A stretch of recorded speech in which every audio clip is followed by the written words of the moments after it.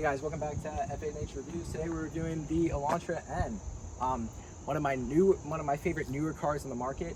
I really enjoy what Hyundai did with this, offering another affordable sports car.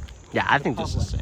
I think it looks pretty good, but before we get into this, I just want to say, while I like this paint color, I feel like the light blue paint color looks a lot better, but that's just me. I personally like that color better. I think this color is still a very nice color. The exhaust tips here, I don't love. These are a little bit bigger than they should be. I don't love that, but I don't hate it either. Getting in here, this little red underneath the trim is very cool. But again, I feel like the blue just contrasts. It's a little too dark for my taste, but that's just me. This little wing here, I kind of like it. I do think it's necessary though to distinguish it from the regular Elantra. One thing I've noticed is this car, while definitely eye-catching, does look like kind of look like a regular Elantra. Coming over here to these wheels, not crazy fan of them, but they aren't ugly. I feel like maybe if these were actual gaps and not like just sort of cutouts in the wheel, it would look better. But I mean, who am I to judge? Coming around here to the front, you can see it's definitely aggressive looking. It doesn't look, but not crazy. It looks like it can definitely handle the power, but it doesn't look overly aggressive. This car doesn't like look ridiculous, and I kind of like that.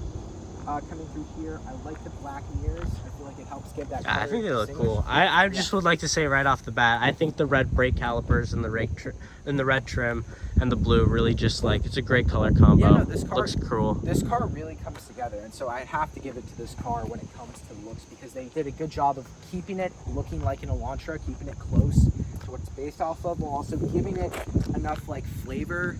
Yeah, and I think the wing's subtle. It's subtle. It's like your wing, if we just like quick compare it to the STI, your wing is like, it's out there. It's not subtle. No. It's pretty big. This is like low key. That's a hammer. This is like rubber mallet. Yeah. A little bit more subtle. A little bit more subtle. But like still gets the job done. Gets the job done. Now let's take a look at the interior, which I will say is not subtle at all, and I really, really like it. Yeah, so I'm actually really excited for this part of the video. I'm not even gonna cut it. I'm just gonna open up this door here. If we just want to open up, oh shit. Thank you. All right. So stepping in right away, you guys know I'm a sucker for good leg room in the front, and this car does provide it. Definitely a lot more than you get in the STI. But like, that's not saying much. It's your car just, you know, I'll keep going back to it as a good reference point. Me being kind of a short person, it does kind of bother me. But if we're gonna go take a look at the front infotainment system really quick, right off the bat, one thing you'll notice, we haven't seen this in any of the cars we've reviewed so far, but it has this like separation between the driver and the passenger that I actually really like. I think it adds a little bit of a kind of a barrier that, I don't know, it's just like, favorite thing. It's a little quirk. It's like I don't have to be like all up in my like driver's area. You know what I mean?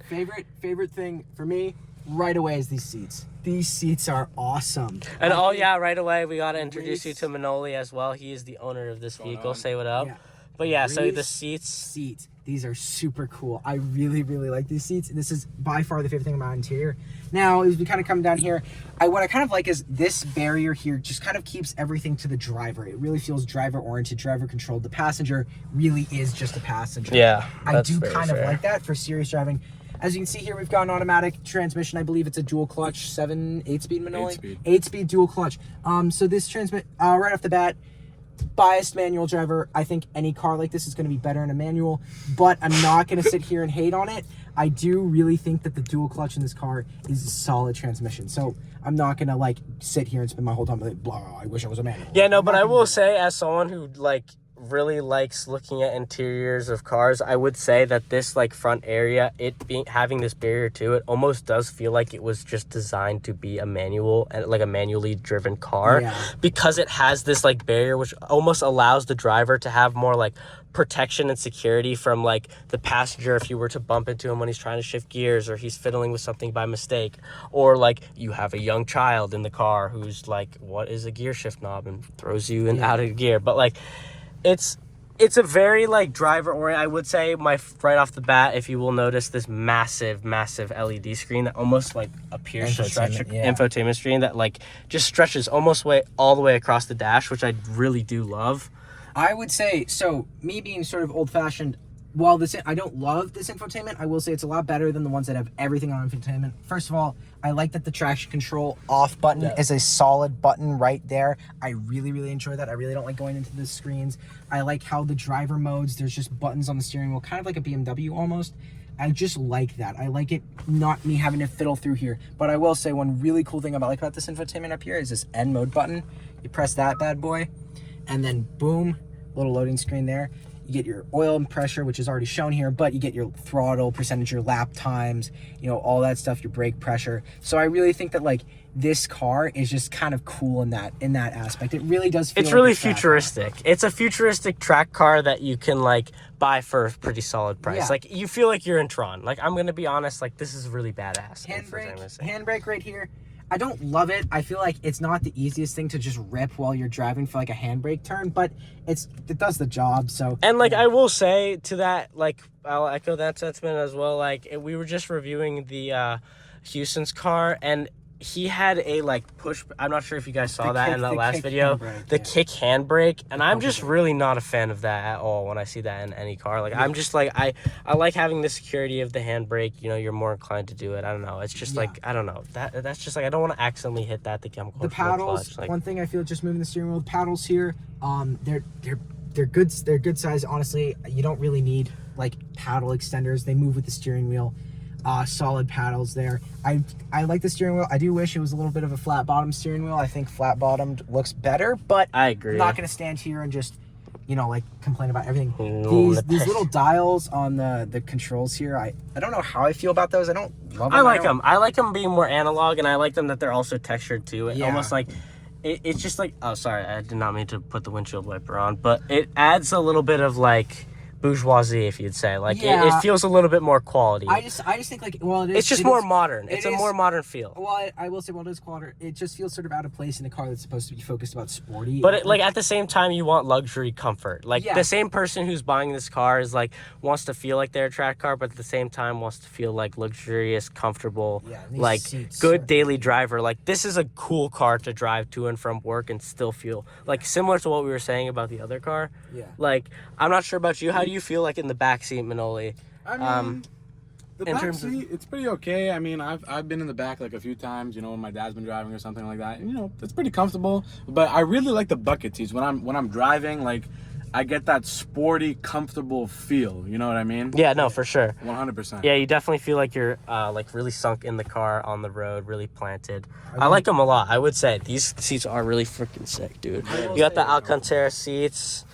Really high quality. Dude, the N badge. It lights up in the dark. It's very nice. Oh, I would love to see this car with it. Does it have ambient lighting? It does. You can change it to dude, whatever that's you sick. want. I will say brownie points on that. One thing, it's the little things. I do like these digital gauges. Yeah. I just am a bit of a more fan of analog. You know, my favorite part about it is when you're switching the driving modes, it does kind of add a little bit more of like futuristic feel. Like that feels cool. At night, you know, you're switching through your driving modes. The one thing I don't know how I feel is I'm not used to the rev counter being on the right. I'm used to it being on the left. That's just one thing. But you know, I'm not going to focus. Here. Just nitpicks here. Honestly, I would say last note on the interior before we move on to getting it on the road. I do like we were harboring a lot on the fact that a lot of this stuff is digital, but I do like that they do still have a lot of the AC controls and heated, and I'm assuming, do you have cooled seat as well, or heated seats? Heated seats? Yeah. But yeah, that's heated seats, great in the wintertime.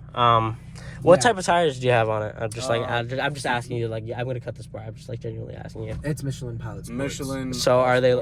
It's like sport tires. They're like they're the sportiest all seasons you can get from Michigan. All right.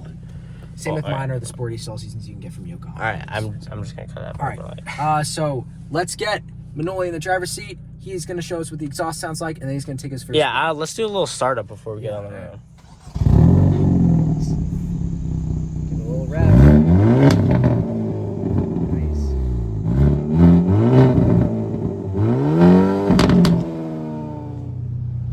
Alright, so I will say backup camera and night feature, and we got the 300. Is this 360-degree parking sensor or is it just backup? I'm pretty sure it's just backup. That's still fine. I don't really need any more than that. Let's be real here. Yeah, no, I'm just asking questions here. All right.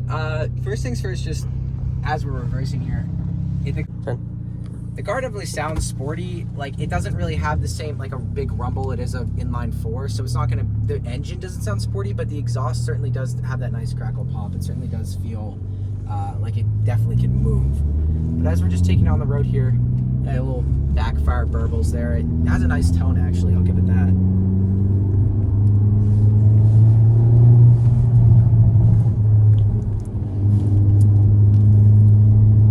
Manoli, any thoughts on this car long-term driving? Like, what do you I have to mean, say? listen, it's a great daily driver. It's a front-wheel drive, you know, sports car. You know, it's nothing crazy, but you know, these burbles, they're something else. You know, it's really great. Yeah, I would say, I mean, again, this is always just gonna be my opinion, but I just feel like, I can't help but feel like a manual transmission just helps make the car a car. Like, this car, like, all this dual clutch is still gonna provide a ton of feel. It's still gonna be satisfying. I just don't get that, like, sort of like, the satisfaction just isn't there. But again, that's just me. It feels nice. As a passenger, it's very comfortable. I feel very planted. I like the vision. You know, I will mention the sunroof does make the car feel, again, bigger, I'd say. Nice visibility right through the back. Nice, decent-sized mirror. Just really feels really nice revving up. I'm not sure about you. Like, Yeah. it's quick. It gets up there. I know when I drive with you, it's a little bit more different of a driving experience, just driving manual versus an automatic. But you do kind of just feel that more like sleek. It almost feels more like a hyper car, if that makes sense. Yeah, no, it's definitely smoother. I mean, I'm not like the best stick driver out there, but there's something to be said about an automatic transmission that daily drivability. It's definitely easier to drive. And I feel like it's just more manageable, especially like, you know, we're not seasoned drivers. You know, we're like first couple of years having our driver's license. Like, these cars are like amazing compared to what people have been driving for the last 10 years. So like, you really can't complain. Yeah, I would say, and again, for this car's price range, which is around like $35,000, you know, like, they're really, like, it's gonna be hard to find another car that offers the same performance. Now, the GR Corolla, which is supposed to be in this price range, supposed to be because dealer markups, but I feel like the GR Corolla would significantly outperform this. Now, why do you think? Why? I'm just all-wheel drive. It's just a faster track car. The car, they put a lot more effort into it's a whole new platform, I would say, rather than this, because that car is designed to go rallying, whereas this is not. This car definitely isn't slow. You feel it sounds great. Yeah. Like the exhaust, like, is this stock exhaust on it? 100% stock. Yeah, it's coming out right out of the box, like, without an exhaust kit or a muffler delete. Like, you had to put one on, and you were spending a little bit, like, even though it wasn't that expensive, you were still dropping what? Like $500. $500 on top of just buying your car for, I'm not sure how much you spent on your car, but like, you get the point. Like, right out of the box, you're getting some great crackles and pops with no money put in. Yeah. For what would you say, roughly the same price? More. I would say this car is definitely less. This car is less than my car. But again, but your car has that value to it because it is more of an enthusiast car. I'm not sure what this is. I feel like this is. I'm correct me if I'm wrong, but this is kind of like newer on that type of car scene. Yeah, no. So this car in terms of also in power. So my car is faster. It has. Oh shit. Well, no, it has. Shit, well, no, it has. My car has more power. This car is like 270. This car is 270 horsepower. 276 horsepower, 286 with boost. 276 horsepower. So, you know, it's like that's kind of where this car is at. Whereas my car is like. But like, it's a light car, right? Yeah, like only 3,300 pounds. Okay, yeah. So okay, you're 3,300. Like, do the pounds per square inch or whatever. I'm 36. 3,600 pounds. Okay, well. Yeah. But anyway, no, like, this car is definitely fun to drive. I will say. Very fun. Very fun. No, yeah. Even as a passenger, this like feels really planted. I don't feel like very shaky. The acceleration feels nice. I don't feel like I feel like I'm going faster than I am. If that makes sense. Like, this car inspires confidence. Exactly. Like, I feel like that's something that we've been lacking on the last couple cars that you've driven, and I know you're not driving right now. So you're kind of at a little disadvantage. I can just tell, just by feeling the way that this is driving, this car inspires confidence. That limited slip up front, you know, the power. The car's got your back going into a corner, you know. So like when you go in, you can take corners faster in this car. That's just kind of the whole point of having a car like this. But I will say, if I had one final takeaway from this, it's these seats. These seats are... Is that your, like, if you had to pick one feature that was your, like, I would star have the seats. feature? I like this car's interior in terms of the seats has. I think it's beautiful. I think even this dash has a lot of room for, like, you know, if you want more accessories to mount for, you know, more further driver comfort, as you're just like, it's good to keep it clean and new and try to keep it as clean as possible. But, like, you know, some people want to have, I'm not sure if this has CarPlay, Apple CarPlay. It does. Or, Apple CarPlay, all right, awesome. Android So, Auto, everything. dude, so you don't even need it. That's awesome. Yeah. And would you mind if we look at what it looks like when it's like displayed up on here? The CarPlay. Oh, it has this map. That map's nice. That's the regular navigation. Yeah. Okay. So beautiful nav, I would say. I know some cars on Defenders I've seen the map is kind of at the front of the steering wheel, and it's kind of hard to read. You know, while you're driving, you know, you're looking down, but very easy to see. Anything else, man? Yeah, no, that's kind of it. I would say that this car is definitely not a joke.